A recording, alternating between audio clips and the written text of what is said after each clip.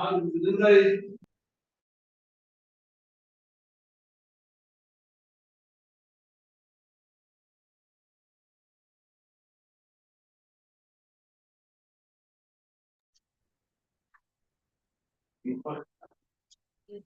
ഹരേ കൃഷ്ണ കൃഷ്ണ കൃഷ്ണ ഹരേ ഹരേ ഹരേ രാമ രാമ ഹരേ കൃഷ്ണ. ഹരേ കൃഷ്ണ മാതാജി, കേൾക്കുന്നുണ്ടോ? ആ ഹരേ കൃഷ്ണ കേൾക്കുന്നുണ്ട്. ഹരേ കൃഷ്ണ. എല്ലാരും വന്ന് തുടങ്ങുന്നു. അതെ, എല്ലാരും തുടങ്ങുന്നേ ഉള്ളൂ. മെസ്സേജ് ഒക്കെ വിട്ടു, ഞാൻ വേറെ പേഴ്സണൽ ആയിട്ട് വിട്ടിട്ടുണ്ട്. Okay okay okay. എന്തായാലും നമുക്ക് തുടങ്ങാം. കാരണം 8 മണിക്ക് ക്ലാസ് ഉണ്ടല്ലോ. ക്ലാസ്. ഓക്കെ. ഓം അജ്ഞാനതിമിരാന്ധസ്യ ജ്ഞാനാഞ്ജനശലാകയാ ചക്ഷുരുന്മീലിതം യേന തസ്മൈ ശ്രീ ഗുരുവേ നമഃ. നമോ ഓം വിഷ്ണുപാദായ കൃഷ്ണപ്രേഷ്ഠായ ഭൂതലേ ശ്രീമതേ ഭക്തിവേദാന്ത സ്വാമിനീതി നാമിനെ. നമസ്തേ സരസ്വതേ ദേവേ ഗൗരവാണി പ്രചാരിണേ നിർവിശേഷ ശൂന്യവാദി പാശ്ചാത്യ ദേശതാരിണേ. ജയോ ശ്രീകൃഷ്ണ ചൈതന്യ പ്രഭു നിത്യാനന്ദ ശ്രീ അദ്വൈത ഗദാധര ശ്രീവാസാദി ഗൗരഭക്തവൃന്ദ.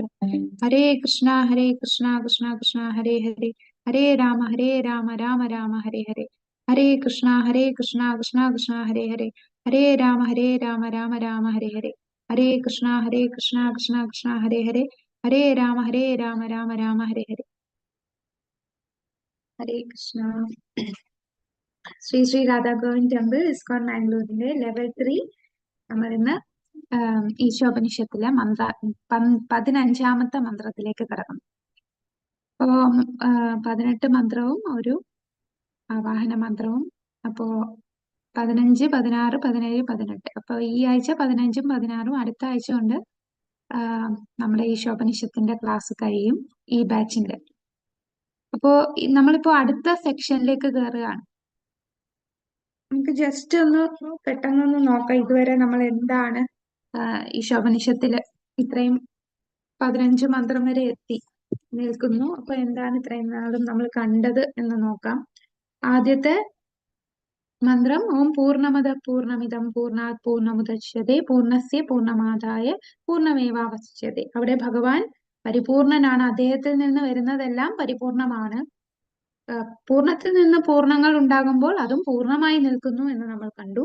പിന്നെ ആദ്യത്തെ മന്ത്രം 1 ഈശാവാസ്യമിതം സർവം. അവിടെ നമ്മൾ എന്താ കണ്ടത്? നമ്മള് ഈശാവാസ്യം, ഭഗവാന്റെ എല്ലാത്തിന്റെയും നിയന്താവ്, എല്ലാത്തിന്റെ ഉടമസ്ഥൻ അത് ഭഗവാനാണെന്ന് മനസ്സിലാക്കി അവനവൻ എന്താണോ അർഹിക്കുന്നത് അത് മാത്രം സ്വീകരിച്ച് മറ്റുള്ളവന്റെ പിടിച്ചടക്കാൻ നോക്കാതെ ജീവിച്ചാൽ നമ്മൾ ആ 100 വർഷം വരെ ജീവിക്കുന്നതിന് അർത്ഥമുണ്ട്. അല്ലാതെ ജീവിക്കുന്നതിന് എന്താണ്, നമ്മള് നേരെ അന്ധകാരത്തിലേക്കായിരിക്കും പോവുക. പിന്നെ നമ്മൾ അടുത്ത മന്ത്രങ്ങളിലെ സുരൻ അസുര അവരുടെ ഗുണഗണങ്ങളാണ് കണ്ടത്. ഈശാവാസ്യം അനുസരിക്കാതെ ജീവിച്ചാൽ അവന്റെ ഗതി എന്താണ് എന്നുള്ളത് നമ്മൾ കണ്ടു. അങ്ങനെ കുറച്ച് ക്വാളിറ്റീസ് ആണ് പിന്നുള്ള മന്ത്രങ്ങളിൽ നമ്മൾ കണ്ടത്. പിന്നെ അടുത്ത സെക്ഷനിൽ വരുമ്പോ നമ്മള് വിദ്യ അവിദ്യ അതിന്റെ വ്യത്യാസങ്ങൾ 3 മന്ത്രം നമ്മൾ കണ്ടു. 9, 10, 11 കണ്ടു. പിന്നെ നമ്മൾ കണ്ടത് സംഭൂതി അസംഭൂതി, ഭഗവാനെ ആരാധിക്കുന്നവരും മറ്റു ദേവീദേവന്മാരെ ആരാധിക്കുമ്പോഴും ഉള്ള അവരുടെ എന്താണ്, അവർക്ക് എന്താണ് ഫലം കിട്ടുന്നത്, അവരുടെ ഫലം എന്താണ് എന്ന് നമ്മൾ കണ്ടു. അപ്പൊ ഇതാണ് നമ്മൾ ഇതുവരെയുള്ള മന്ത്രത്തിൽ കണ്ടത്. ഇനി നമ്മൾ കാണാൻ പോകുന്നത് 15ാമത്തെ തൊട്ട് 18 വരെ, 15 മുതൽ 18 വരെയുള്ള മന്ത്രങ്ങൾ മരണത്തിന്റെ സമയത്ത് ഭഗവാന്റെ ആത്മീയ രൂപത്തിന്റെയും കരുണയുടെയും വെളിപ്പെടുത്തലിനുള്ള പ്രാർത്ഥനയാണ്. അപ്പൊ മരണസമയത്തുള്ള ഭഗവാന്റെ രൂപം, അതാണ് ഇവിടെ നമ്മൾ ശ്രദ്ധിക്കേണ്ടത്. ഭഗവാന്റെ ആത്മീയ രൂപം, ആ രൂപവും ഭഗവാന്റെ കരുണയും വെളിപ്പെടുത്താനായിട്ട് എനിക്ക് കാണിച്ചു തരൂ ഭഗവാനെ, അങ്ങയുടെ രൂപം അങ്ങയുടെ കരുണയും എനിക്ക് വെളിപ്പെടുത്തി തരൂ എന്നുള്ള പ്രാർത്ഥനയാണ് നമ്മൾ ഇവിടെ കാണുന്നത്. കൃഷ്ണന്റെ ഭൗതിക ശക്തികളുമായുള്ള ബന്ധത്തിൽ മനസ്സിലാക്കേണ്ടതിന്റെ ആവശ്യകത മന്ത്രം 12, 14 വിവരിച്ചു. 12 മുതൽ 14 വരെ നമ്മൾ ഭഗവാന്റെ ശക്തികളെ കുറിച്ച് മനസ്സിലാക്കണമെന്ന് പറഞ്ഞു അല്ലെ. അസംഭൂതി സംഭൂതി. അപ്പം സംഭൂതിയായിട്ടുള്ള ഭഗവാന്റെ ആ ശക്തി വിശേഷങ്ങൾ അറിഞ്ഞാൽ നമുക്ക് ഭഗവത് ധാമത്തിൽ എത്താൻ സാധിക്കുമെന്ന് മനസ്സിലാക്കി. അപ്പൊ അതിന്റെ വിവരണങ്ങളൊക്കെ പറഞ്ഞു. കൃഷ്ണന്റെ സാക്ഷാത്കാരം നേടുന്നതിന്റെ ഭഗവാന്റെ ആത്മീയ ശക്തിയായ ബ്രഹ്മജ്യോതിയുമായുള്ള ബന്ധവും ഒരാൾ മനസ്സിലാക്കണമെന്ന് മന്ത്രം 15 വിശദീകരിക്കുന്നു. അപ്പൊ മന്ത്രം 15 ബ്രഹ്മജ്യോതിയും ഭഗവാനും തമ്മിൽ എന്താണ് ബന്ധം അത് വ്യക്തമായി ഇവിടെ കാണിച്ചു തരുന്നുണ്ട്. ഭഗവാൻ തന്റെ ആത്മീയ രൂപം വെളിപ്പെടുത്താൻ മന്ത്രം 15 മന്ത്രത്തിന്റെ പ്രാർത്ഥന തുടരുന്നു. മന്ത്രം 17 മരണസമയത്ത് കൃഷ്ണനെ മനസ്സിലാക്കാൻ പ്രാർത്ഥന ഊന്നി പറയുന്നു. കൃഷ്ണന്റെ കാരുണ്യം നേടാൻ ആഗ്രഹിക്കുന്ന ഭക്തന്റെ സമാപന പ്രാർത്ഥനയാണ് മന്ത്രം 18. അപ്പൊ 15, 16, 17, 18 നമ്മുടെ ഈശോപനിഷത്തിന്റെ അവസാനത്തെ സെക്ഷനാണ്. അപ്പൊ ഇവിടെ നമ്മൾ പറഞ്ഞു ഈശോപനിഷത്ത് യജുർവേദത്തിന്റെ ഒരു ഭാഗമാണ്. ഇത് ആദ്യത്തെ ക്ലാസ്സിൽ പറഞ്ഞു. ഈ ഈശോപനിഷത്ത് എന്ന് പറഞ്ഞാൽ യജ്ഞ അവതാരത്തിനോട് സ്വയംഭുവ മനുവിന്റെ പ്രാർത്ഥനകളാണ് ഈശോപനിഷത്തിലെ ഈ പ്രാർത്ഥനകൾ. സ്വയംഭുവ മനു യജ്ഞ അവതാരം, ഭഗവാന്റെ തന്നെ ഒരു അവതാരമായ യജ്ഞ അവതാരത്തോടുള്ള പ്രാർത്ഥനയാണ്. അപ്പോ ഈ ഭഗവാനോട് ഈ ഒരു പ്രാർത്ഥന അവസാനത്തെ 15 മുതൽ 18 വരെ ഉള്ളത് ഭഗവാന്റെ രൂപം വെളിപ്പെടുത്താനായിട്ട് സ്വയംഭുവ മനു അദ്ദേഹത്തോട് പ്രാർത്ഥിക്കുന്നു. അപ്പൊ ബ്രഹ്മജ്യോതി ആണ് ഇപ്പൊ കാണുന്നത്. അപ്പൊ അതിനെ മാറ്റിയിട്ട്, ആ ജ്യോതിയെ മാറ്റിയിട്ട് അങ്ങയുടെ രൂപം ഞങ്ങൾക്ക് കാണിച്ചു തരൂ എന്ന് പറയുന്ന പ്രാർത്ഥന. ആ പ്രാർത്ഥന നമുക്ക് ചൊല്ലാം. ഹിരൺമയേന പാത്രേണ സത്യസ്യാപിഹിതം മുഖം തത്വം പൂഷന്നപാവൃണോ സത്യധർമ്മയ ദൃഷ്ടയേ. ഹിരൺമയേന പാത്രേണ സത്യസ്യാപിഹിതം മുഖം തത്വം പൂഷന്നപാവൃണോ സത്യധർമ്മയ ദൃഷ്ടയേ. ഹിരൺമയേന പാത്രേണ സത്യസ്യാപിഹിതം മുഖം തത്വം പൂഷന്നപാവൃണോ സത്യധർമ്മയ ദൃഷ്ടയേ. എല്ലാ ജീവജാലങ്ങൾക്കും ആധാരമായ അല്ലയോ ഭഗവാനെ, അങ്ങയുടെ യഥാർത്ഥ മുഖം അങ്ങയുടെ തന്നെ കണ്ണഞ്ചിപ്പിക്കുന്ന ഉജ്ജ്വല പ്രഭയാൽ മറയ്ക്കപ്പെട്ടിരിക്കുന്നു. ദയവായി ആ ആവരണം മാറ്റി അങ്ങയുടെ പരിശുദ്ധ ഭക്തന് ദൃശ്യനായാലും. അപ്പൊ ഇവിടെ പറയുന്ന പ്രാർത്ഥന എന്താണ്? അങ്ങയെ മൂടി വെച്ചിരിക്കുന്നത്. എന്താണ് മൂടിയിരിക്കുന്നത്? ഹിരൺമയേന പാത്രേണ, കണ്ണഞ്ചിപ്പിക്കുന്ന ഉജ്ജ്വലമായിട്ടുള്ള പ്രഭ. ആ കണ്ണഞ്ചിപ്പിക്കുന്ന പ്രഭയാൽ മൂടിയിരിക്കുകയാണ്. ആ പ്രഭ മാറ്റിയിട്ട്, ആ പ്രഭയുടെ അപ്പുറം എന്തുണ്ട്? കണ്ണഞ്ചിപ്പിക്കുന്ന ആ പ്രഭയുടെ അപ്പുറം ഭഗവാന് സുന്ദരമായ ഒരു രൂപമുണ്ട്. അപ്പൊ ആ ഭഗവാന്റെ യഥാർത്ഥ മുഖം, അങ്ങയുടെ യഥാർത്ഥ രൂപം, ആ മറ മാറ്റിയിട്ട്, ആവരണം മാറ്റിയിട്ട് അങ്ങയുടെ രൂപം ഈ ഭക്തന് ദൃശ്യനായാലും, ഭക്തനെ കാട്ടിത്തരൂ എന്നുള്ള പ്രാർത്ഥനയാണ്. ഈ ഒരു മന്ത്രത്തിൽ നിന്ന് തന്നെ വ്യക്തമാക്കാം എന്താണ്? ഭഗവാൻ അരൂപിയാണോ, രൂപമുണ്ടോ? ഈ മന്ത്രത്തിൽ നിന്ന് എന്താ വ്യക്തമാകുന്നത്? രൂപമുണ്ട്. ആ രൂപം ഉള്ളത് കൊണ്ടല്ലേ അങ്ങനെ ഒരു പ്രാർത്ഥന? ഈ കണ്ണഞ്ചിപ്പിക്കുന്ന പ്രഭ മാറ്റിയിട്ട് അങ്ങയുടെ രൂപം കാണിച്ചു തരൂ എന്നാണ് ഇവിടെ പ്രാർത്ഥിക്കുന്നത് ഈശോപനിഷത്തിലെ ഈ മന്ത്രം തന്നെ. അപ്പോ ഈ പ്രഭ എന്ന് ഉദ്ദേശിക്കുന്നത് എന്താണ്? നമുക്കറിയാം, ഭൗതിക ലോകത്തിനും ആധ്യാത്മിക ലോകത്തിന്റെ ഇടയ്ക്കുള്ള ഭാഗം എന്താ? ബ്രഹ്മജ്യോതിയാണ്. അപ്പം പലരും ചിന്തിക്കുന്നത് ബ്രഹ്മജ്യോതിയാണ് ഭഗവാൻ, ബ്രഹ്മജ്യോതിയാണ് ഈശ്വരൻ, രൂപമില്ലാത്ത അവസ്ഥയെന്നാണ്. പക്ഷെ ഈ മന്ത്രത്തിലൂടെ നമുക്ക് വ്യക്തമായി ആ ബ്രഹ്മജ്യോതിക്ക് അപ്പുറം ഭഗവാൻ ഒരു രൂപമുണ്ട്. അപ്പോൾ ഇവിടെ ഭക്തൻ പ്രാർത്ഥിക്കുകയാണ്, എല്ലാത്തിന്റെ ആധാരമായ ഭഗവാനെ, അങ്ങയുടെ യഥാർത്ഥ മുഖം, ഈ പ്രഭയെ, ഈ കണ്ണഞ്ചിപ്പിക്കുന്ന ഉജ്ജ്വല പ്രഭ, അതാണ് ഈ ഹിരൺമയേന പാത്രം എന്ന് പറയുന്നത്. ഈ പ്രഭ ഹിരൺമയേന പാത്രേന, അപ്പൊ ഈ കണ്ണഞ്ചിപ്പിക്കുന്ന ഉജ്ജ്വല പ്രഭയിൽ ആവരണം ചെയ്തിരിക്കുകയാണ്. അതുകൊണ്ട് നമുക്ക് കാണാൻ സാധിക്കുന്നില്ല. അത് മാറ്റിയിട്ട് അങ്ങയുടെ രൂപം ദൃശ്യമാക്കി തരൂ എന്ന് പ്രാർത്ഥിക്കുന്നു. അപ്പോ എല്ലാവർക്കും കാണാൻ പറ്റുന്നതല്ല ഭഗവാന്റെ രൂപം. ഭഗവാന്റെ രൂപം അത്രയും വലിയ ഭക്തന്മാർക്ക് മാത്രം, ഭഗവാന്റെ കാരുണ്യം കൊണ്ട് മാത്രമേ നമുക്ക് ദർശിക്കാൻ സാധിക്കൂ. അങ്ങനെ എല്ലാവർക്കും നോക്കുമ്പോൾ കാണുന്ന രൂപമല്ല. ഭഗവാന്റെ കാരുണ്യം ഉണ്ടെങ്കിൽ മാത്രം, ഭഗവാൻ വിചാരിക്കണം എന്റെ ഭക്തൻ കണ്ടോട്ടെ, എന്നാൽ മാത്രമേ കാണാൻ സാധിക്കൂ. അതിനൊരു ഭൗതികമായ ഉദാഹരണം പറഞ്ഞാൽ, മേഘം ഉണ്ടാകുന്നത് സൂര്യന്റെ പ്രകാശം കൊണ്ട് ആ, മേഘമുണ്ടാകും. മേഘം എന്ന് പറയുമ്പോ എന്താ, വെള്ളത്തിൽ നിന്ന് നീരാവിയായിട്ട് മേഘമുണ്ടായി. ഇനി ഇതേ മേഘം തന്നെ സൂര്യനെ മറയ്ക്കുന്നു. അപ്പൊ നമുക്ക് നോക്കുമ്പോ സൂര്യനെ കാണാൻ പറ്റുന്നുണ്ടോ? മേഘം മറയ്ക്കുമ്പോ സൂര്യനെ കാണുന്നില്ല, ഇരുണ്ടിരിക്കുകയാണ്. എന്നാൽ ഈ മേഘത്തിനെ സൃഷ്ടിച്ചതാണ് ആരാണ്? സൂര്യൻ തന്നെയാണ്. ഇനി നമ്മൾ മേഘമേ മാറ് മാറ്, ഞാൻ ഒന്ന് കാണട്ടെ സൂര്യനെ എന്ന് പറഞ്ഞാൽ മേഘത്തിനെ നമുക്ക് മാറ്റാൻ പറ്റുമോ? നമ്മളെ പുതിയ എന്ത് ടെക്നോളജി ഉപയോഗിച്ചും മേഘത്തിനെ മാറ്റാൻ സാധിക്കില്ല. പക്ഷെ മേഘത്തിനെ ആരാണ് മാറ്റുന്നത്? മേഘമൊക്കെ മാറുന്നത് എങ്ങനെയാണ്? കാറ്റടിക്കുമ്പോ മേഘം മാറും. ആ കാറ്റിന്റെ ഉറവിടം എവിടെയാണ്? അത് ഭഗവാനാണ്. അതായത് ഈ മായയും ഈ പ്രഭയും എല്ലാം സൃഷ്ടിച്ചത് ഭഗവാൻ തന്നെയാണ്. ആ ഭഗവാന്റെ തന്നെ സൃഷ്ടിച്ച ഈ പ്രഭ കാരണം നമുക്ക് ഭഗവാനെ കാണാൻ പറ്റുന്നില്ല.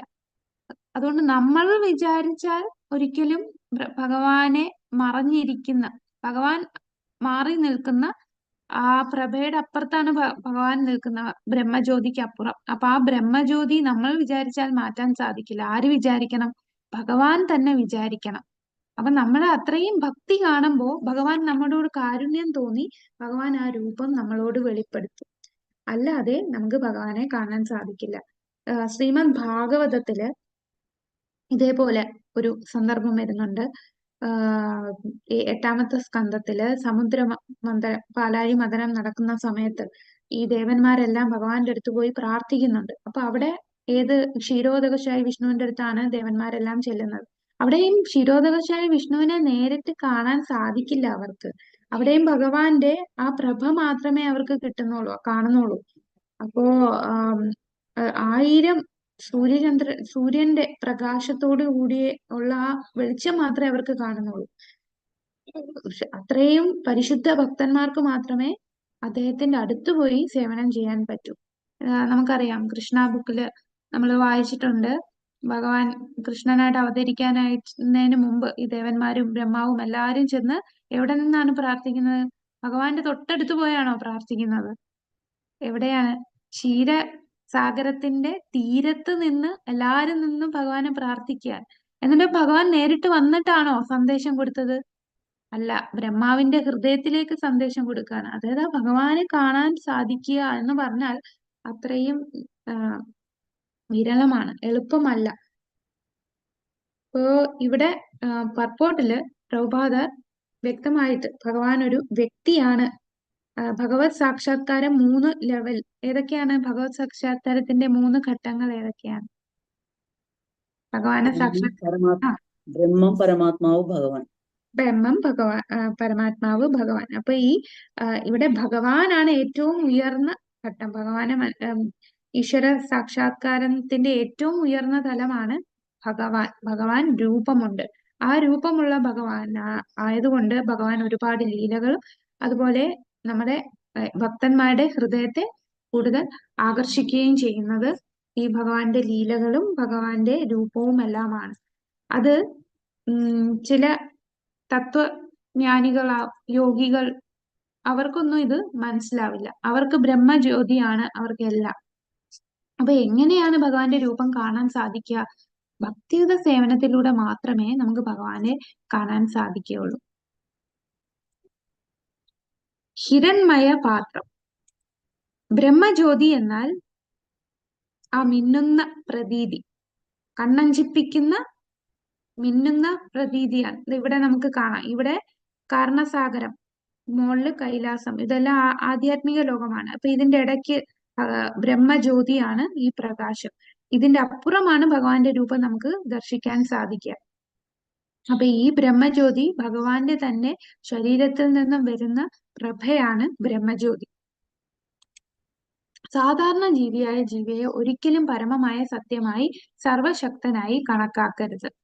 നമ്മൾ പരമോന്നതനായി ഇരുന്നെങ്കിൽ ഭഗവാന്റെ മുഖം കാണുന്നതിന് അവന്റെ മിന്നുന്ന ആവരണം നീക്കം ചെയ്യാൻ നമ്മൾ അവനോട് പ്രാർത്ഥിക്കേണ്ടതില്ല.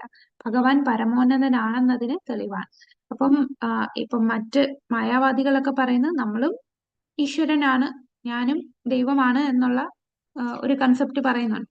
അപ്പോൾ അവരെ സംബന്ധിച്ച് ഈ ഒരു പ്രാർത്ഥന അവർക്കുള്ള ഒരു ചോദ്യമാണ്. നീയും ഈശ്വരനാണ് എന്നുണ്ടെങ്കിൽ എന്തിനാണ് ഇവിടെ ഈ ഈശോപനിഷത്തിലെ ഈ മന്ത്രത്തിൽ ഈ ആവരണം മാറ്റി എനിക്ക് കാണിച്ചു തരൂ എന്ന് പറയുന്നത്? നമ്മളെക്കാൾ ഉയർന്ന നമ്മളെക്കാൾ ഉയർന്ന ഒരാളടുത്തല്ലേ നമ്മളിങ്ങനെ അപേക്ഷിക്കുകയുള്ളൂ. അപ്പൊ അതാണ്, നമ്മൾ പരമോന്നതരായിരുന്നെങ്കിൽ ഭഗവാന്റെ മുഖം കാണുന്നതിന് ഇത് നീക്കി തരണേ, ആവരണം മാറ്റി എനിക്ക് ആ ദർശനം തരണേ എന്ന് പ്രാർത്ഥിക്കേണ്ടതില്ല. അതിൽ നിന്ന് എന്ത് തെളിവാണ്? ഏറ്റവും പരമോന്നതനായിട്ടുള്ളത് അത് ഭഗവാനാണ് എന്നുള്ള ഇതും നമുക്ക് പ്രഭുപാദർ ഈ ഓരോ ഈ മന്ത്രത്തിലൂടെ നമുക്ക് തെളിവ് തരികയാണ്. ബ്രഹ്മജ്യോതി അല്ല, അതിനപ്പുറം ഭഗവാന് രൂപമുണ്ട്. അപ്പൊ ഏറ്റവും പരമോന്നതൻ ഭഗവാനാണ്. ഒരു ജീവജാലത്തിനും ഈ ഭഗവാനാകാൻ സാധിക്കില്ല. ഭഗവാന് തുല്യമോ ഭഗവാന് മുകളിലോ ആരും തന്നെയില്ല. ഇനി ബ്രഹ്മജ്യോതി ഭഗവാന്റെ തന്നെ പ്രകാശമാണ്. ഭഗവാനിൽ നിന്നാണ് ബ്രഹ്മജ്യോതി വന്നത്. അതിനെന്താണ് തെളിവ്? അതിന്റെ തെളിവാണ് 14-ാം അധ്യായത്തിലെ 27-ാമത്തെ ശ്ലോകം. ഈ ശ്ലോകത്തിൽ എന്താണ് പറയുന്നത്? ഞാൻ അനശ്വരനായ ബ്രഹ്മത്തിന്റെ അടിസ്ഥാനമാണ്. അത് അനശ്വരവും ശാശ്വതവും പരമമായ സന്തോഷത്തിന്റെ സ്ഥാനവുമാണ്. അപ്പൊ ഇവിടെ പറയുന്നു ഭഗവാൻ എന്താ? ഞാനാണ് ഈ ബ്രഹ്മത്തിന്റെ അടിസ്ഥാനം. ഭഗവാൻ തന്നെ പറഞ്ഞു. അപ്പൊ നമുക്ക് മനസ്സിലായി, ഭഗവാൻ തന്നെ ഭഗവത്ഗീതയിൽ ഇതാണ് നമുക്ക് തെളിവ്. ബ്രഹ്മജ്യോതി ഭഗവാനിൽ നിന്ന് വന്നതിന് എന്താണ് തെളിവ് എന്ന് ചോദിച്ചാൽ നമുക്ക് ഈ ഭഗവത്ഗീതയിലെ 14-ാമത്തെ അധ്യായം 27-ാമത്തെ ശ്ലോകം പറയാം. ഈ ശ്ലോകം ഏതാണ്? ബ്രഹ്മണ്യേഹി പ്രതിഷ്ഠാഹം. ഇതാണ് ആ ശ്ലോകം. ബ്രഹ്മണോ ഹി പ്രതിഷ്ഠാഹം അമൃതസ്യാവ്യയസ്യ ച ശാശ്വതസ്യ ച സർവസ്യ സുഖസ്യാന്തികസ്യ ച. ഈ ശ്ലോകത്തിൽ നിന്ന് എന്ത് മനസ്സിലായി? ഞാനാണ് അനശ്വരമായ ബ്രഹ്മത്തിന്റെ അടിസ്ഥാനം. അത് അനശ്വരവും ശാശ്വതവും പരമമായ സന്തോഷത്തിന്റെ സ്ഥാനവുമാണ് എന്ന് ഈ മന്ത്രത്തിലൂടെ, ഈ ശ്ലോകത്തിലൂടെ നമുക്ക് തെളിയിക്കാം.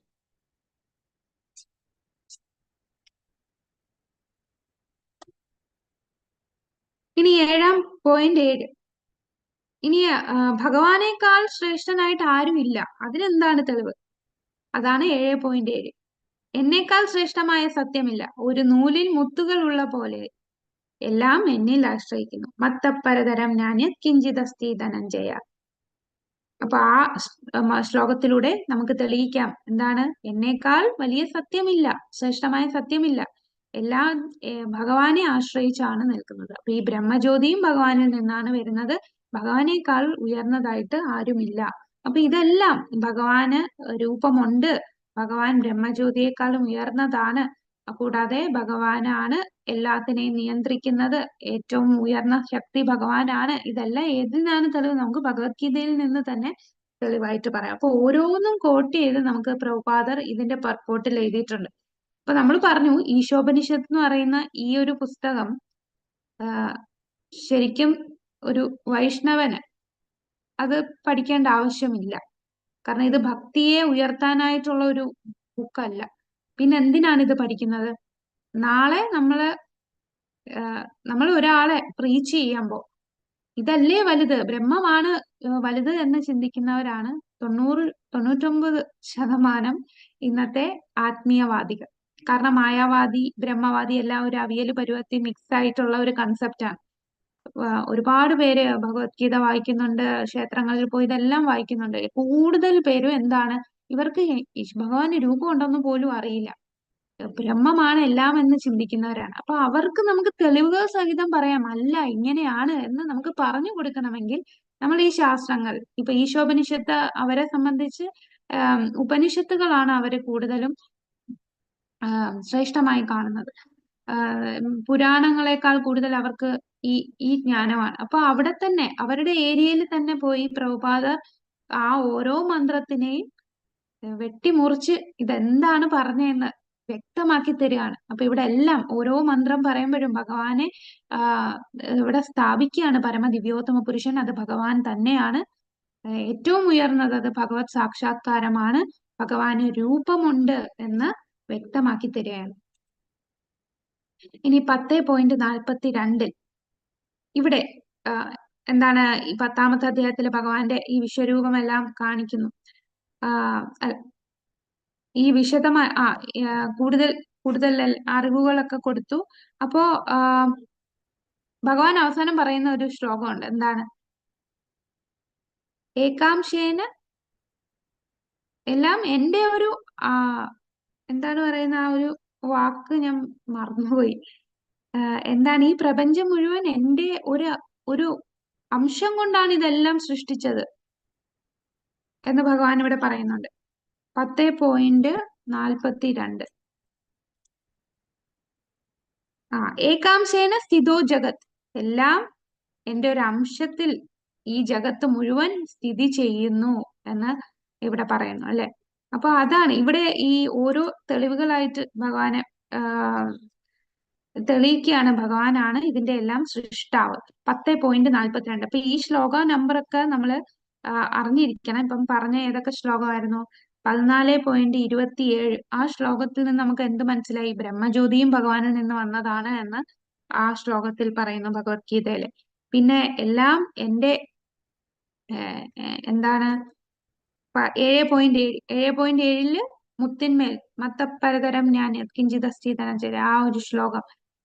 ഒരു നൂലിന്മേൽ മുത്തുകൾ ഉള്ള പോലെ എല്ലാം എന്നെ ആശ്രയിച്ചിരിക്കുകയാണ്, എന്നെക്കാൾ കവിഞ്ഞൊരു സത്യമില്ല. ഇനി 10.42 ഏകാംശേന സ്ഥിതോ ജഗത്, എന്റെ എന്താണ് എന്റെ തന്നെ ഒരൊറ്റ ശകലം കൊണ്ട് ഞാൻ ഈ പ്രപഞ്ചം മുഴുവൻ വ്യാപിച്ചിരിക്കുകയാണ്. അപ്പൊ ഒരു ശകലം കൊണ്ടാണ് ഈ പ്രപഞ്ചം മൊത്തം വ്യാപിച്ചിരിക്കുന്നത്. ഭഗവാൻ ആ വിശ്വരൂപം കാണിക്കുമ്പോൾ അത് തന്നെ എത്ര ഭീമാകാരമായിട്ടുള്ള രൂപം, അത് വെറും ഒരു ശകലം കൊണ്ടാണ് എന്ന് ഭഗവാൻ പറയുന്നു. അപ്പൊ ഒന്ന് ചിന്തിച്ചു നോക്കുക ഭഗവാന്റെ സ്ഥാനം എന്താണ് എന്നുള്ളത്. ബ്രഹ്മസംഹിത 5.40 ബ്രഹ്മജ്യോതി ബ്രഹ്മമാണെന്ന് സ്ഥിരീകരിക്കുന്നു.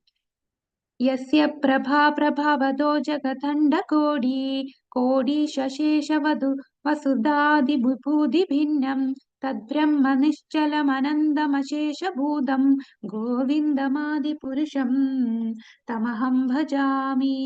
ഉപനിഷത്തുകളിൽ പരാമർശിക്കപ്പെട്ടിട്ടുള്ള അദൃശ്യമായ ബ്രഹ്മത്തിന്റെ ഉറവിടമായ പ്രപഞ്ച ഭഗവാനായ ഗോവിന്ദനെ, അപ്പൊ ഇവിടെ എന്താണ് പറയുന്നത്? ബ്രഹ്മത്തിന്റെ ഉറവിടമായ എന്ന് ഈ ബ്രഹ്മസംഹിതയിൽ 5.40 ശ്ലോകത്തിലും പറയുന്നുണ്ട്. ആ ഗോവിന്ദനെ ഞാൻ ആരാധിക്കുന്നു. ബ്രഹ്മാവ് വരെ പറയുന്നു ഈ ബ്രഹ്മജ്യോതിയുടെ ഉറവിടം ആരാണ്? അത് ഭഗവാനാണ്, ഗോവിന്ദനാണ്. പ്രപഞ്ചത്തിന്റെ മഹത്വങ്ങളുടെ അനന്തതയിൽ നിന്ന് വേർതിരിക്കപ്പെടുന്ന അവിഭാജ്യവും അനന്തവും പരിധിയില്ലാത്തതുമായ സത്യമായി കാണപ്പെടുന്നു. അപ്പൊ ഇതെല്ലാം ഓരോ തെളിവുകൾ കൊണ്ട് നമുക്ക് പ്രഭുപാദർ പറഞ്ഞു തരികയാണ്. ബ്രഹ്മത്തിന്റെ ഉറവിടം അത് ഭഗവാനാണ്. അദ്ദേഹമാണ് എല്ലാം നിയന്ത്രിക്കുന്നത്. അദ്ദേഹത്തിൽ കവിഞ്ഞൊരു സത്യമില്ല. അദ്ദേഹമാണ് എല്ലാത്തിനെയും പരിപാലിക്കുന്നത്. ഈ സൃഷ്ടി മൊത്തവും അദ്ദേഹത്തിന്റെ വെറും ഒരു ചെറിയ ശകലം കൊണ്ട് സൃഷ്ടിച്ചതാണ്.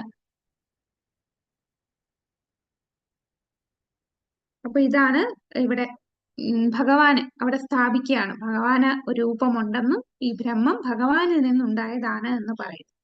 ഇനി ഭക്തി എന്ന് പറയുമ്പോൾ ഭക്തന്മാരെന്താണ്? ഭക്തന്മാർക്ക് ഭഗവാന്റെ ഇതിനേക്കാൾ എല്ലാം ആകർഷണം ഭഗവാന്റെ ലീലകളാണ്. അപ്പോ ഭക്തന്മാർക്ക് ഭഗവാന്റെ ഭക്തിയുത സേവനത്തിൽ നിരതരായി ഇരിക്കാനാണ് അവർ ആഗ്രഹിക്കുന്നത്. അപ്പൊ ഭക്തന്മാർക്ക് കൃഷ്ണനുമായിട്ട് ഏതൊക്കെ രസത്തിലാണ് സ്ഥിതി ചെയ്യുന്നത്? 5 രസത്തിലാണ് അവരെ സേവനം ചെയ്യുന്നത്. ആദ്യത്തത് ശാന്തരസം. ശാന്തരസം എന്ന് പറയുമ്പോൾ ഇപ്പോ ഭഗവാന്റെ കഴുത്തിലെ പൂമാലകൾ, കഴുത്തിലെ ആഭരണങ്ങൾ, ഭഗവാന്റെ ഓടക്കുഴൽ, പശുക്കൾ, ഇവയെല്ലാം ശാന്തരസത്തിലാണ് ഭഗവാനെ സേവിക്കുന്നത്. ഇനി ഈ പറയുന്ന ശാന്തരസം കഴിഞ്ഞാൽ അടുത്ത ഉയർന്ന രസം എന്ന് പറഞ്ഞാൽ ദാസ്യരസമാണ്. സത്രിക, പത്രക, രക്തക തുടങ്ങിയവർ ഭഗവാനെ ദാസ്യരസത്തിൽ സേവകം ചെയ്യുന്നുണ്ട്. ഇനി സഖ്യരസം. ഈ ദാസ്യരസം എന്ന് പറയുമ്പോൾ അവിടെ ശാന്തരസവും ഉണ്ട്, ദാസ്യരസവും ഉണ്ട്. ഇനി സഖ്യരസം എന്ന് പറയുമ്പോൾ ഭഗവാനെ സുഹൃത്ത് എന്ന രീതിയിൽ സേവനം ചെയ്യുന്നതാണ്. ദാസ്യരസം എന്ന് പറഞ്ഞാലോ ഭഗവാന്റെ ദാസന്മാരായിട്ട് ഭഗവാനെ സേവനം ചെയ്യുന്നത്. സഖ്യരസത്തിലുള്ളതാണ് ബലദേവൻ, ശ്രീധാമ, സുധാമ തുടങ്ങിയ സുഹൃത്തുക്കളെല്ലാം സഖ്യരസത്തിൽ ഭഗവാനെ സേവനം ചെയ്യുന്നു.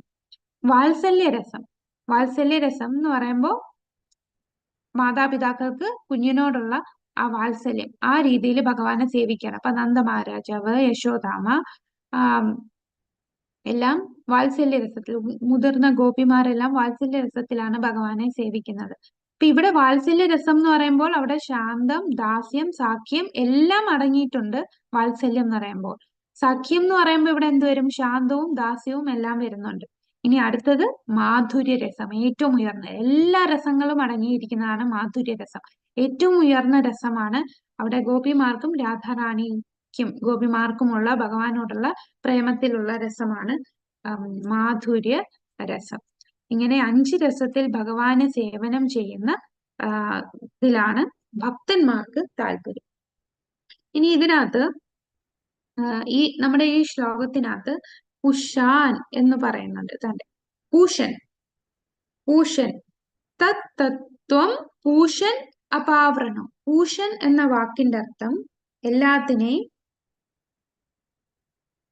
മെയിൻറ്റെയിൻ ചെയ്ത് നിർത്തുന്നത്. ഇപ്പൊ എല്ലാം ഇപ്പൊ നമുക്ക് എന്ത് വേണം? നമുക്ക് ഇവിടെ ജീവിക്കണമെങ്കിൽ സൂര്യപ്രകാശം വേണം, വെള്ളം വേണം, ആഹാരം വേണം.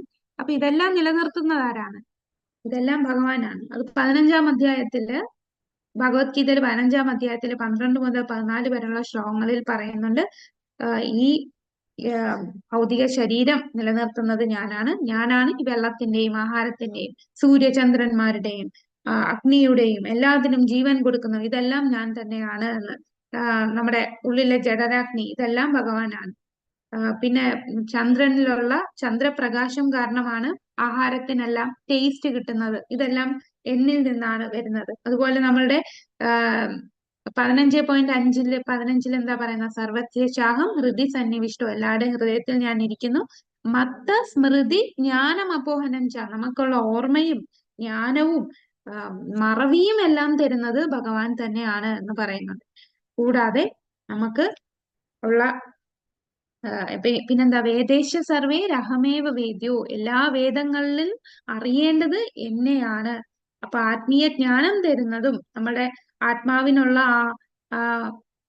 ആത്മാവിനെ എങ്ങനെ ഈ ജനന മരണത്തിൽ നിന്ന് രക്ഷിക്കാം, ഇതെല്ലാത്തിനെയും നിയന്ത്രിക്കുന്നതും ഇതെല്ലാം തരുന്നതും ഞാൻ തന്നെയാണ്.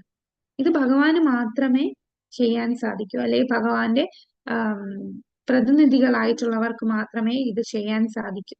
അപ്പൊ എങ്ങനെയാണ് ഭഗവാൻ ഈ ബ്രഹ്മജ്യോതിയിൽ നിന്ന് ഭഗവാന്റെ രൂപത്തിലേക്ക് നമുക്ക് കാണാൻ സാധിക്കുക? ഭക്തി കൊണ്ട് മാത്രമേ സാധിക്കുകയുള്ളൂ. ഭക്തി ഇല്ലാതെ നമ്മൾ എത്ര തപശ്ചര്യകളും എത്ര അഷ്ടാംഗയോഗ പോലെയുള്ള ധ്യാനിക്കുകയൊക്കെ ചെയ്താലും ഭഗവാന്റെ രൂപം ദർശിക്കാൻ സാധിക്കില്ല. അത് ഭക്തിയുത സേവനം കൊണ്ട് മാത്രം കാണാൻ കഴിയുന്നതാണ് ഭഗവാന്റെ രൂപം. അപ്പോ ഈ ഭഗവാൻ ഈ ലീലകളൊക്കെ നമുക്കിവിടെ ആടിയത് എന്തിനാണ്? ഭഗവാൻ ഒരുപാട് ലീലകൾ, ഓരോ വട്ടവും ഓരോ ബ്രഹ്മാവിന്റെ ഓരോ പകലും ഒരിക്കൽ ഭഗവാൻ ഇവിടെ ഭൂമിയിൽ വന്ന് തന്റെ വൃന്ദാവനത്തിലുള്ള ലീലകൾ ഇവിടെ കാണിക്കുന്നു. എന്തിനാണ്? ഇവിടെ ഉള്ള ആത്മാക്കളെ എല്ലാം തിരിച്ച് ഭഗവാന്റെ അടുത്ത് കൊണ്ടുപോകാൻ. എങ്ങനെ കൊണ്ടുപോകാം? ഈ ലീലകൾ ഉണ്ടെങ്കിലേ, ഈ ലീലകൾ മനസ്സിലാക്കിയേ ഭക്തിയുത സേവനം ചെയ്യാൻ പറ്റൂ. ഈ ശുദ്ധ ഭക്തി ചെയ്യണമെങ്കിൽ ഭഗവാനെ മനസ്സിലാക്കണം. ഭഗവാനോടുള്ള ഭക്തി ഉയർത്താനാണ്. നമുക്ക് എങ്ങനെ ഭക്തി ഉയർത്താം? ശുദ്ധ ഭക്തിയുത സേവനം ചെയ്യാം. എങ്ങനെയാ സേവനം ചെയ്യുക? ഭഗവാന്റെ നാമം ജപിക്കാം, ഭഗവാന്റെ ലീലകൾ വർണ്ണിക്കാം, ഭഗവാനെ ശ്രവണം, കീർത്തനം, വിഷ്ണു സ്മരണം, ഭഗവാന്റെ രൂപത്തെ നമുക്ക് സ്മരിക്കാം. ഭഗവാൻ അങ്ങനെ എല്ലാവിധ സേവനം ചെയ്യണമെങ്കിലും കീർത്തനം ചെയ്യണമെങ്കിലും നമുക്ക് ഭഗവാനെ കുറിച്ച് പറയണമെന്നുണ്ടെങ്കിൽ ഭഗവാൻ ലീലകൾ ആടിയാലല്ലേ നമുക്ക് പറയാൻ പറ്റൂ. അപ്പൊ അത് നമുക്ക്, നമ്മളെ പോലുള്ള ബദ്ധാത്മാക്കൾക്ക് മനസ്സിലാകുന്ന രീതിയിൽ ഭഗവാൻ ഇവിടെ വന്നു, അവർക്ക് മനസ്സിലാക്കാൻ വേണ്ടി വന്നു. അപ്പൊ നമ്മള് അങ്ങനെ ഭഗവാനെ കുറിച്ച് കൂടുതൽ കൂടുതൽ കേൾക്കുകയും പറയുകയും ചെയ്ത് ഭക്തിയുത സേവനം ചെയ്യും. അങ്ങനെ ഭക്തിയുത സേവനം ചെയ്യാൻ വേണ്ടി നമ്മളോടുള്ള കാരുണ്യം കൊണ്ട് ഭഗവാൻ താഴെ ഇറങ്ങി വന്നതാണ്. അപ്പോ ഈ പല രസത്തില് ഭഗവാൻ നമ്മളെ സേവനം സ്വീകരിക്കുന്നു. ഏതൊക്കെയാണ് ഇപ്പൊ പറഞ്ഞ? ശാന്തരസം, ദാസ്യരസം, സാഖ്യരസം, വാത്സല്യരസം, മാധുര്യരസം. എല്ലാത്തിനെയും നിയന്ത്രിക്കുന്ന ഈ ഭഗവാനാണ് യശോദാമ്മയുടെ ഒരു വടി കണ്ടിട്ട് പേടിച്ച് ഓടുന്നത്. അപ്പൊ ഭക്തി കൊണ്ട് മാത്രമേ ഭഗവാനെ ബന്ധിക്കാൻ സാധിക്കുകയുള്ളൂ. ഭക്തി കൊണ്ട് മാത്രമേ ഭഗവാനെ കാണാനും സാധിക്കുകയുള്ളൂ. അല്ലാതെ സാഖ്യയോഗികൾ, അപ്പൊ സാഖ്യയോഗി എന്ന് പറയുമ്പോൾ അവര് എന്താണ് പഠിക്കുന്നത്? സാഖ്യ ഫിലോസഫിയാണ്. സാഖ്യ എന്ന് പറയുമ്പം അവര് ഈ ഈ ഭൗതിക പ്രകൃതി എങ്ങനെ ഉണ്ടായി, 24 മൂലകങ്ങളിൽ കൂടെ ഉണ്ടായി, അപ്പൊ ഇതെല്ലാം ജഡവസ്തുക്കളാണ് എന്ന് മനസ്സിലാക്കി ഈ ഭൗതികതയോട് നിന്ന് വേർപെട്ടിരിക്കും. പക്ഷെ അവിടം വരെ അവർക്കറിയൂ ഈ ഭൗതിക ലോകമല്ലാതെ മറ്റൊരു ആധ്യാത്മിക ലോകം ഉണ്ടെന്നും അവിടെ ഭഗവാൻ സ്ഥിതി ചെയ്യുന്നുണ്ടെന്നും അവിടെ ഭഗവാൻ തന്റെ ലീലകൾ ചെയ്യുന്നുണ്ടെന്നും ഒന്നും അവർക്കറിയില്ല. അവർക്ക് ഈ സാഖ്യ ഫിലോസഫിക്കൽ മാത്രം പഞ്ചഭൂതങ്ങൾ അടങ്ങിയതാണ്, അപ്പം ഇതെല്ലാം നശിച്ചു പോകുന്ന ജഡവസ്തുക്കളാണ്, അത്ര മാത്രമേ അവർക്കറിയില്ല. ഭഗവാനെ കുറിച്ചുള്ള ജ്ഞാനം വരുന്നില്ല. അതുപോലെ അവ്യക്തിഗതവാദികൾ, അവ്യക്തിഗതവാദികൾ ശാസ്ത്രങ്ങൾ പഠിക്കുന്നുണ്ട്, പക്ഷെ അവര് ബ്രഹ്മജ്യോതി ആ ലെവൽ വരെ അവർ പഠിക്കുന്നുള്ളൂ. അവർക്ക് എപ്പോഴും ശാന്തി ലഭിക്കണം, ഈ ഭൗതിക ലോകത്തിൽ നിന്ന് മുക്തി ലഭിച്ച് ശാന്തമായിട്ടിരിക്കണം, അത്ര മാത്രമേ അവർ ആഗ്രഹിക്കുന്നുള്ളൂ. അപ്പൊ അവർ ആഗ്രഹിക്കുന്ന പോലെ തന്നെ ഭഗവാൻ കൊടുക്കുന്നു. യേ യഥാമാം പ്രപദ്യന്തേ, അവർക്ക് ശാന്തി മതി, ശാന്തം. എനിക്ക് ഈ ഭൗതിക ലോകം ദുഃഖാലയമാണ്, അപ്പൊ ഈ ദുഃഖാലയത്തിൽ നിന്ന് രക്ഷപ്പെടണം, അത്ര മാത്രം മതി. ശരി, രക്ഷപ്പെട്ട് ശാന്തമായിട്ട് ഒന്നും ചെയ്യാതെ ബ്രഹ്മജ്യോതിയിൽ ഇരിക്കാം. പക്ഷെ അവിടെ ഇരുന്നാലുള്ള പ്രശ്നം എന്താണ്? ബ്രഹ്മജ്യോതിയിൽ പോയാലുള്ള പ്രശ്നം എന്താണ്?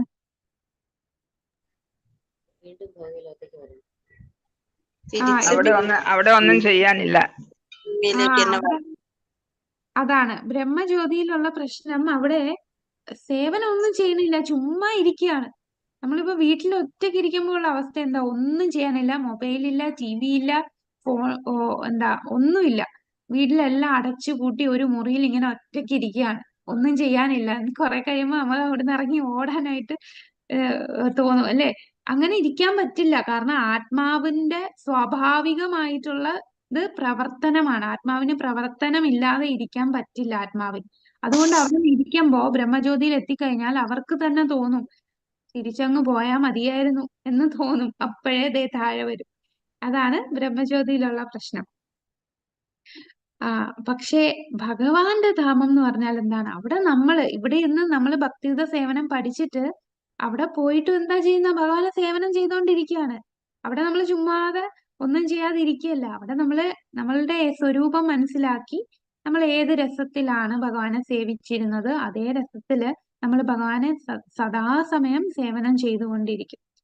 അപ്പൊ അങ്ങനെ ചെയ്യുന്നതാണ് ഭഗവാന്റെ ധാമം. ബ്രഹ്മജ്യോതി എന്ന് പറഞ്ഞാൽ അതല്ല ഏറ്റവും അൾട്ടിമേറ്റ് എന്ന് പറയുന്നത് ബ്രഹ്മജ്യോതി അല്ല. അപ്പോ ഭഗവാനെ ദർശിക്കണമെങ്കിൽ ഈ സാഖ്യയോഗികൾക്കും അവ്യക്തിഗതവാദികൾക്കും ഒന്നും ഭഗവാനെ ദർശിക്കാൻ സാധിക്കില്ല. ഭഗവാന്റെ കാരുണ്യം ഭക്തന്മാർക്ക് മാത്രമേ ലഭിക്കുകയുള്ളൂ. ബ്രഹ്മജ്യോതിയുടെ തിളക്കമാർന്ന പ്രഭത്താൽ ഒരാൾക്ക് സമ്പൂർണ്ണ സത്യം പൂർണ്ണമായി കാണണമെങ്കിൽ ഒരാൾക്ക് 24 ഭൗതിക ഘടകങ്ങളും സാഖ്യം അത്യുജ്വലമായ പ്രഭാവവും കടക്കേണ്ടതാണ്. ബ്രഹ്മജ്യോതി ഭഗവത്ഗീത 14.27 വിവരിക്കുന്നു. ബ്രഹ്മസംഹിത 5.40, മുണ്ടകോപനിഷത്ത് 2.2.10, 12 ഇവയെല്ലാം പറയുന്നുണ്ട് എന്താണ്? ബ്രഹ്മജ്യോതി ഭഗവാന്റെ ഉറവിടമാണ്. അപ്പൊ നമുക്ക് തെളിവ് പറയാം. ഭഗവാനിൽ നിന്നാണ് ബ്രഹ്മജ്യോതി വന്നതിന് തെളിവാണ് ഭഗവത്ഗീതയിലെ 14.27 പിന്നെ ബ്രഹ്മസംഹിതയിലെ 5.40. ഇനി അടുത്ത പ്രഭുപാദരുടെ പർപ്പോട്ടില് 8ാമത്തെ പാരഗ്രാഫില് അണു ആത്മാ പരമാത്മാ ഇവര് തമ്മിൽ ഒന്നാണോ അല്ലയോ എന്നുള്ളതിനെ കുറിച്ച് പറയുന്നുണ്ട്. അണു ആത്മാവും ആത്മാവ് അണുവാണ്, പരമാത്മാ പരമമായ ആത്മാവാണ്, ഒരിക്കലും രണ്ടും ഒന്നല്ല. പിന്നെ പുരുഷാവതാരത്തെ കുറിച്ച് പറയുന്നുണ്ട്. അപ്പോ നമ്മളിവിടെ എന്തുകൊണ്ടാണ് ഈ അവ്യക്തിഗതവാദികൾക്ക് ഇതെല്ലാം പറഞ്ഞു കൊടുത്താലും അവര് പറയും ഭഗവാന് രൂപമില്ല, ബ്രഹ്മമാണ് ഏറ്റവും ഉയർന്നത് എന്ന് പറയും. ഇപ്പൊ തന്നെ ഒരുപാട് കുറെ സന്യാസി വര്യന്മാര് ആത്മീയവാദികളുണ്ട്. അവർക്കും ദൈവം ആരാന്ന് ചോദിച്ചാൽ അവർക്കും അതിനെ കുറിച്ച് വ്യക്തമായിട്ട് പറയാൻ അറിയില്ല. ഇപ്പം ചിലർ പറയും ശിവനാണ്, ശംഭുവാണ് ശക്തി, ഏറ്റവും ഉയർന്ന ശക്തി ശംഭുവാണ് എന്ന് പറയും. എന്നിട്ട് ശംഭുവാന്ന് പറഞ്ഞിട്ട് പോലും ശംഭുവിന്റെ ആ രൂപത്തെ വലിയ വിഗ്രഹമൊക്കെ വെക്കും. മഹാദേവന്റെ വലിയ വിഗ്രഹമൊക്കെ വെച്ച് ശംഭുവിനെ പ്രാർത്ഥിക്കും. പക്ഷെ അവര് ചോദിക്കുമ്പോ ശരിക്കും ശംഭുവിന് രൂപമില്ല, ഇത് നമുക്ക് മനസ്സിലാവാൻ വേണ്ടി ഒരു രൂപം എടുത്ത് വന്നതാണെന്ന് പറയും. അവർക്ക് ഒരു ക്ലിയർ ആയിട്ട് ഒരു ആൻസർ ഇല്ല. എന്താണ് ജീവിതം, ആ, മരണം, മരിച്ചു കഴിഞ്ഞാൽ എന്ത് സംഭവിക്കും, നമ്മൾ എങ്ങോട്ടാണ് പോകുന്നത്, ആ, ഭഗവാന്റെ ധാമം എങ്ങനെയാണ്. അപ്പൊ ഈ ബ്രഹ്മജ്യോതി, ഈ എല്ലാം ജ്യോതിയായിട്ടാണ് അവര് കണക്കാക്കുന്നത്. അപ്പൊ ഇവരെ കൂടുതലും ഫോക്കസ് ചെയ്യുന്നത് ഭൗതിക ലോകത്ത് എങ്ങനെ സുഖമായിട്ട് ജീവിക്കാം, അതേ ഉള്ളൂ. അവരെ സംബന്ധിച്ചും അവരുടെ ബുദ്ധി അത്രേ പോകുന്നുള്ളൂ. അവരുടെ ഈ ഈ ശാസ്ത്രജ്ഞാനവും യോഗാഭ്യാസവും എല്ലാം കൊണ്ട് ഇന്ദ്രിയങ്ങളെ സംതൃപ്തിപ്പെടുത്തുക എന്നുള്ളത് മാത്രം. അതുകൊണ്ടാണ് മറ്റു പല ആത്മീയ വാദികൾക്കും ഈ റൂൾസ് ആൻഡ് റെഗുലേഷൻ അവർ പറയില്ല. അപ്പൊ ഇസ്കോണിലോട്ട് വരാൻ ഒരുപാട് പേര് മടിക്കുന്നതിനുള്ള ഒരു കാരണം എന്താണ്? അയ്യോ, ചായയും കാപ്പിയൊക്കെ ഉപേക്ഷിക്കാൻ പറയുന്നു, നമുക്ക് ഇഷ്ടമുള്ളത് കഴിക്കാൻ പറ്റില്ല, ആ എന്താ നോൺ വെജ് ഒന്നും കഴിക്കാൻ പറ്റില്ല, അങ്ങനെയൊക്കെ പറയുന്നു. പക്ഷെ മറ്റുള്ള ആത്മീയ സംഘടനയിൽ പോകുമ്പോ അവിടെ ആ കുഴപ്പമൊന്നുമില്ല, അപ്പൊ അതല്ലേ എളുപ്പം എന്ന് പറഞ്ഞ് എല്ലാരും അങ്ങോട്ട് പോകും. കാരണം അവിടെ എന്താണ്, അവിടെ ഇന്ദ്രിയ സംതൃപ്തിക്ക് പ്രോത്സാഹിപ്പിക്കുകയാണ്. ഇന്ന ഇന്ന കാര്യങ്ങളൊക്കെ ചെയ്താൽ മതി, സുഖമായിട്ട് ജീവിക്കാം, നല്ല പണം സമ്പാദിക്കാം, എന്നുള്ളത്ര ആ ഒരു ലെവലേ ഉള്ളൂ. നമ്മൾ വിചാരിക്കുന്ന കാര്യങ്ങൾ സാധിക്കും. അതിന്റെ അപ്പുറം അവിടെ ഒന്നും ചെയ്യുന്നില്ല. അപ്പൊ പ്രഭുപാദർ ഈ നിരീശ്വര അല്ല, ഈ അവ്യക്തിഗതവാദികളോട് ചോദിക്കും, ഇങ്ങനെയാണെന്നുണ്ടെങ്കിൽ അവ്യക്തിഗത ആണ് ഭഗവാന്റെ ഈശ്വരന്റെ ഏറ്റവും ഉയർന്ന സാക്ഷാത്കാരം എങ്കിൽ എന്തുകൊണ്ട് ഈ മന്ത്രത്തിൽ, ഈശോപനിഷത്തിലെ 15-ാമത്തെ മന്ത്രത്തില് ഭക്തൻ പ്രാർത്ഥിക്കുന്നത് ഈ ബ്രഹ്മജ്യോതി മാറ്റി എനിക്ക് അങ്ങയുടെ രൂപം കാട്ടിത്തരൂ എന്ന് പ്രാർത്ഥിക്കുന്ന എന്തിനാണ് എന്ന് പ്രഭുപാദർ ഇവിടെ ചോദിക്കുന്നു. അതുപോലെ ഇസ്ലാം മതത്തിലുള്ളവർ, അവരെ സംബന്ധിച്ച് ദൈവത്തിന് രൂപമില്ല. അവരെന്താ, ഒരു രൂപവും ഒരു ഫോട്ടോയില് അല്ലെങ്കിൽ ഒരു വിഗ്രഹമോ ഒന്നും അവര് സ്വീകരിക്കില്ല. അവരെന്താണ്, അവരുടെ കൺസെപ്റ്റിൽ എന്താണ്, പരമോന്നതനാണ് ഈശ്വരൻ. ആ ഈശ്വരനെ ഒരു മനുഷ്യന്റെ രൂപത്തിലോട്ട് താഴ്ത്തിക്കൊണ്ടുവരാൻ പറ്റുമോ? അത് ആ ഈശ്വരനോട് ചെയ്യുന്ന അപരാധമല്ലേ എന്ന് പറയും അവരെ.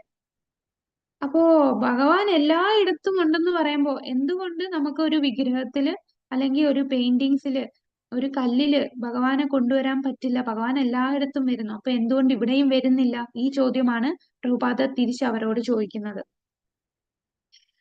അപ്പൊ അപ്പൊ അവിടെയും ഭഗവാന് രൂപമില്ല എന്ന് പറയുമ്പോഴും ഈ മന്ത്രം ചോദിക്കും, എന്തിനാണ് പിന്നെ ഈ മന്ത്രത്തിൽ ഇങ്ങനെ പറയുന്നത്, ഈ ജ്യോതി മാറ്റി അങ്ങയുടെ ദർശനം തരൂ എന്ന് പറയുന്നത്? അപ്പൊ ഈ ജ്ഞാനികൾക്കും യോഗികൾക്കും കർമ്മികൾക്കും ഒന്നും ഭഗവാനെ കാണാൻ സാധിക്കുകയില്ല. എന്നാൽ അവർക്കൊരു അവസരമുണ്ട്. എന്താണ്? ഭക്തന്മാരുമായിട്ടുള്ള സംഘം കൊണ്ട്, ഭക്തന്മാരുമായിട്ട് ചേർന്ന് ഭക്തിയുത സേവനം ചെയ്യാൻ സാധിച്ചാൽ തീർച്ചയായിട്ടും അവർക്കും ഭഗവാനെ എത്താൻ സാധിക്കും. ഭഗവാൻ തന്നെ ഭഗവത്ഗീതയില് ഒരു ശ്ലോകത്തിൽ പറയുന്നുണ്ട്, യോഗികളിൽ ഏറ്റവും ഉയർന്ന രോഗി നിരന്തരം എന്നെ പ്രാർത്ഥിക്കുന്ന എന്റെ ഭക്തനാണ്. 6.47 യോഗിനാം അഭി സർവേഷാം മദ്ഗതേരന്തരാത്മന. എന്നെ അന്തരാത്മാവിൽ നിരന്തരം പൂജിക്കുന്ന, എന്നെ സേവനം ചെയ്യുന്ന ആ യോഗി, യോഗികളിൽ ഏറ്റവും ഉയർന്ന യോഗി എന്റെ ഭക്തനാണ് എന്ന് ഭഗവാൻ പറയുന്നുണ്ട്. അപ്പൊ ഒരു ഭക്തന്റെ സംഘം കൊണ്ട് ബാക്കിയുള്ള യോഗികൾക്കും എന്താ, ഒരു ഭക്തനായി മാറി ഭഗവാന്റെ ദർശനം കിട്ടും. അപ്പൊ ഭഗവാന്റെ ദർശനം ഭഗവാൻ സ്വയം വിചാരിക്കണം, ഈ ഭക്തൻ എനിക്ക് വേണ്ടി ഒരുപാട് സേവനം ചെയ്യുന്നുണ്ട്, അവൻ ആത്മാർത്ഥമായിട്ട് അവന്റെ ജീവിതം എനിക്ക് സമർപ്പിച്ചിരിക്കുകയാണ്. അപ്പൊ ഭഗവാന് കാരുണ്യം തോന്നുമ്പോൾ മാത്രമേ ഭഗവാന്റെ രൂപം ആ വ്യക്തിക്ക് കാണാൻ സാധിക്കുകയുള്ളൂ. അപ്പൊ മറ്റ് ബ്രഹ്മജ്യോതിയിലുള്ള പ്രശ്നം എന്ന് പറഞ്ഞാൽ എന്താണ്? അത് ശ്രീമദ് ഭാഗവതത്തില് 3-ാമത്തെ സ്കന്ധത്തിലുള്ള ഒരു ശ്ലോകത്തില് അത് വിവരിക്കുന്നുണ്ട്. ബ്രഹ്മജ്യോതി എന്ന് പറഞ്ഞാൽ അത് ഏറ്റവും ഉയർന്നതല്ല, കാരണം അവിടെ ഭഗവാന് സേവനം ഒന്നും ചെയ്യുന്നില്ല. കൂടാതെ ഭഗവാന്റെ സൗന്ദര്യം അവിടെ ആസ്വദിക്കുന്നില്ല. ഭഗവാന്റെ സൗന്ദര്യം എന്ന് പറഞ്ഞാൽ ഭഗവാൻ നിത്യ യൗവനമാണ്. ആ നമുക്ക് ഓരോ വട്ടം കാണുമ്പോഴും പുതുമയുള്ളതായിട്ട് തോന്നും. ഭഗവാന്റെ ലീലകൾ ഓരോ വട്ടം കേൾക്കുമ്പോഴും നമുക്ക് പുതുമയോട് കേൾക്കും. അല്ലെ, നമ്മളിപ്പോ എല്ലാ വർഷവും നമ്മള് ദാമോദര ലീല കേൾക്കുന്നു, ജഗന്നാഥന്റെ ലീല കേൾക്കുന്നു. എല്ലാ വർഷവും നമ്മള് ഭഗവത്ഗീത ജയന്തി ഭഗവത്ഗീത വായിക്കുന്നു. അപ്പൊ ഇതെല്ലാം ചെയ്യുന്നു. പക്ഷെ ഓരോ വട്ടം നമ്മൾ പുതുമയോട് കൂടിയാണ് ഭഗവാന്റെ എല്ലാ കാര്യങ്ങളും കേൾക്കുന്നത്. ഇപ്പൊ തന്നെ ഈ ക്ലാസ് 3-4 വട്ടം കേൾക്കുന്നു. ഓരോ വട്ടവും നമുക്ക് എന്തെങ്കിലും പുതിയതായിട്ട് വരും. പിന്നെ ഓരോ ഭഗവാനെ കുറിച്ച് കേൾക്കുക എന്ന് പറഞ്ഞാൽ അത് നമുക്ക് നമ്മുടെ ആത്മാവിന് ആനന്ദം കൊടുക്കുകയാണ്. അപ്പൊ ആ ഭാഗം അവർക്ക് മിസ്സിംഗ് ആണ്. ബ്രഹ്മ സാക്ഷാത്കാരത്തിൽ പോകുന്ന ആൾക്കാർക്ക് ഭഗവാന്റെ രൂപമോ ഭഗവാന്റെ ആ സൗന്ദര്യം ഒന്നും ആസ്വദിക്കാൻ പറ്റുന്നില്ല. ഭഗവാന് സേവനം ചെയ്യാൻ സാധിക്കുന്നില്ല. വേറെ ഒരു ഉദാഹരണം പറയുന്നത്, ദ്വാരകയിൽ നിന്ന് ഭഗവാൻ കുരുക്ഷേത്ര യുദ്ധത്തിന് വേണ്ടി ഹസ്തിനപുരത്ത് പോകും. അവിടെ പോയി യുദ്ധം എല്ലാം കഴിഞ്ഞു, യുധിഷ്ഠിരനെ രാജാവൊക്കെ ആക്കി. അതിനുശേഷം ഭഗവാൻ തിരിച്ചു വരും. തിരിച്ച് ഈ ദ്വാരകയിൽ വരുമ്പോഴും ആ സമയത്ത് ആകെ 2-3 വർഷമേ മാറി നിന്നിട്ടുള്ളൂ. 11 വയസ്സ് തൊട്ട് 89 വയസ്സ് വരെ ഭഗവാൻ ദ്വാരകയിൽ തന്നെയാണ്. കുരുക്ഷേത്രത്തിന്റെ ആ യുദ്ധ സമയത്ത് അദ്ദേഹം ഒരു 2 വർഷം 1 വർഷം എന്തോ മാറി നിൽക്കും. അപ്പൊ 90-91 വയസ്സിൽ ഭഗവാൻ തിരിച്ചു വരികയാണ്. ആ സമയത്തും ഉള്ള ചില പ്രാർത്ഥനയുണ്ട്. അവർക്ക് ഭഗവാനെ പുതിയതായിട്ട് കാണുന്ന ആ അനുഭൂതിയാണ്. എത്ര കണ്ടാലും ഭഗവാനെ മതി വരില്ല, അത്ര സൗന്ദര്യമാണ് ഭഗവാൻ. പക്ഷെ നമ്മളെ ഭൗതികമായിട്ടുള്ളതോ കുറെ കഴിയുമ്പോ നമുക്ക് മടുപ്പ് വരുമല്ലേ, ബോറടിക്കും. എന്ത് കിട്ടിയാലും നമുക്ക് ബോറടിക്കും, ഭൗതികമായിട്ടുള്ള എന്ത് വസ്തുക്കളാണെങ്കിലും. ആഹ് ആഹ് ഇപ്പോ എല്ലാരും പുതിയ പുതിയ മൊബൈല് വാങ്ങിക്കും. കുറെ ഈ ചെറുപ്പക്കാരെ കുട്ടികൾക്ക് അതൊക്കെ ഒരു ക്രേസ് ആണ്. എന്താ ഐഫോൺ, പുതിയ ഐഫോൺ എടുത്തു. അപ്പൊ ഐഫോൺ ആണ് ഉപയോഗിക്കുന്നത്. എത്ര നാളത് ഐഫോൺ എന്നും പറഞ്ഞ് പൊക്കി നടക്കും അല്ലെ. 6 മാസം കഴിയുമ്പോ പുതിയ ടൈപ്പ് ഫോൺ ഇറക്കും. അപ്പൊ ഇത് പഴയതായി, ഇത് ബോറടിക്കും. പക്ഷെ ഭഗവാൻ അങ്ങനെയല്ല. ഭഗവാനെ എന്ന് കാണുമ്പോഴും എപ്പോഴും എപ്പോഴും നമുക്ക് എത്രയായാലും മതി വരില്ല. അപ്പൊ ഈ ഭഗവാന്റെ ഈ മധുരമുള്ള ലീലകൾ ഇതൊന്നും ആസ്വദിക്കാൻ ബ്രഹ്മസാക്ഷാത്കാരമുള്ള വ്യക്തികൾക്ക് കഴിയില്ല. അവർക്ക് ആ ആനന്ദം കിട്ടില്ല. ആ പരമമായ ആനന്ദം ലഭിക്കുന്നത് ഭഗവാനെ സേവനം ചെയ്യുന്ന ഭക്തന്മാർക്കാണ്. ഹരേ കൃഷ്ണ. അപ്പൊ ഇതാണ് ഈ മന്ത്രത്തിന്റെ ഒരു കൺക്ലൂഷൻ എന്ന് പറഞ്ഞാൽ എന്താണ്? ഈ ബ്രഹ്മജ്യോതിയും ഭഗവാനിൽ നിന്ന് വന്നതാണ്. അതിന് ഒരുപാട് തെളിവുകൾ തന്നെ പ്രഭുപാദർ പർപ്പോട്ടില് എണ്ണി എണ്ണി പറയുന്നുണ്ട്. ഇവിടെ ഇങ്ങനെ പറഞ്ഞു, ഇവിടെ ഇങ്ങനെ പറഞ്ഞു, ഇവിടെ ഇങ്ങനെ പറഞ്ഞു. അപ്പൊ അതായത് ഇതിൽ നിന്ന് എന്താണ് പ്രൂവ് ചെയ്യുന്നത്? ഭഗവാന് രൂപമുണ്ട്. ആ രൂപത്തിൽ നിന്ന് വന്നതാണ് ബ്രഹ്മജ്യോതി, അല്ലാതെ ബ്രഹ്മത്തിൽ നിന്ന് വന്ന രൂപമല്ല. അതാണ് മറ്റുള്ള മായാവാദികൾ പറയുന്നത്. ഈ ബ്രഹ്മമാണ് ഏറ്റവും പരമം. പക്ഷെ ഭൂമിയിൽ ഒരു രൂപമെടുത്ത് മായയ്ക്ക് അധീനപ്പെട്ട് ഒരു അവതാരമെടുത്ത് വന്നു. എന്നിട്ട് ആ അവതാരം കഴിയുമ്പോൾ വീണ്ടും ബ്രഹ്മത്തിൽ ലയിച്ചു പോകും. ഇപ്പൊ കൃഷ്ണന്റെ രൂപം എന്ന് പറയുന്നത് നമുക്ക് കാണാൻ വേണ്ടി ഒരു രൂപം എടുത്ത് മായയ്ക്ക് അധീനപ്പെട്ട് വന്ന് ആടിയതാണ്. എന്നിട്ട് തിരിച്ച് ബ്രഹ്മത്തിൽ ലയിക്കും എന്നാണ് മായാവാദികൾ പറയുന്നത്. പക്ഷെ ഇവിടെ നിന്ന് നമുക്ക് എന്ത് മനസ്സിലായി? ഈ ബ്രഹ്മജ്യോതി തന്നെ ഭഗവാനിൽ നിന്നാണ് വന്നത്, അല്ല ബ്രഹ്മത്തിൽ നിന്ന് ഭഗവാൻ വന്നതല്ല. ബ്രഹ്മജ്യോതിയുടെ ഉറവിടം ഭഗവാനാണ്. ഭഗവാനാണ് പരമ ദിവ്യോത്തമ പുരുഷൻ.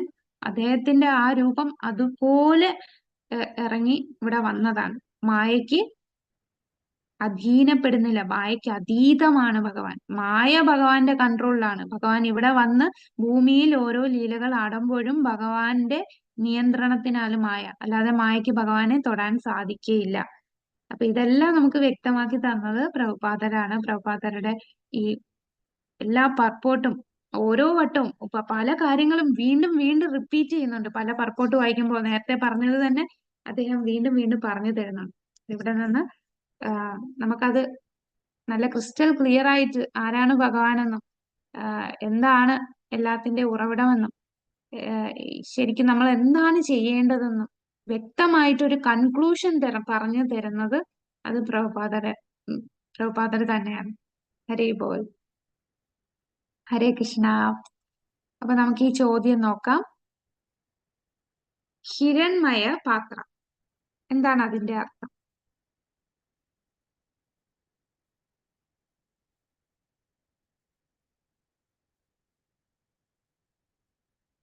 ഹരേ കൃഷ്ണ. എന്താണ് ഹിരൺമയന പാത്ര എന്ന് പറഞ്ഞാൽ? സ്വർണ്ണവർണ്ണമുള്ള പാത്രം. ഇവിടെ ഉദ്ദേശിക്കുന്ന കണ്ണഞ്ചിപ്പിക്കുന്ന പ്രകാശത്തെയാണ് ഉദ്ദേശിക്കുന്നത് അല്ലെ? കണ്ണഞ്ചിപ്പിക്കുന്ന പ്രകാശം, അതായത് ആ ബ്രഹ്മജ്യോതിയാണ്. കണ്ണഞ്ചിപ്പിക്കുന്ന ഉജ്ജ്വല പ്രഭ, അതാണ് കിരൺമയേന പാത്ര എന്ന് ഉദ്ദേശിക്കുന്നത്. അതായത് ബ്രഹ്മജ്യോതി, ഈ ബ്രഹ്മജ്യോതിയാണ് കണ്ണഞ്ചിപ്പിക്കുന്ന ഉജ്ജ്വലമായ പ്രഭ, അതാണ് കിരൺമയൻ. ഹരേ കൃഷ്ണ. അപ്പൊ ഇത്രയേ ഉള്ളൂ നമ്മുടെ ഇന്നത്തെ മന്ത്രം. നാളെ ഇനി നമുക്ക് അടുത്ത മന്ത്രം കാണാം. ഹരേ കൃഷ്ണ ഹരേ കൃഷ്ണ കൃഷ്ണ കൃഷ്ണ ഹരേ ഹരേ, ഹരേ രാമ രാമ രാമ വാഞ്ചാകൽപതരുഭ്യശ്ച കൃപാ സിന്ധുഭ്യവ ച പതിതാനാം പാവനേഭ്യോ വൈഷ്ണവേഭ്യോ അനന്തകോടി വൈഷ്ണവ വൃന്ദ കി ജയ.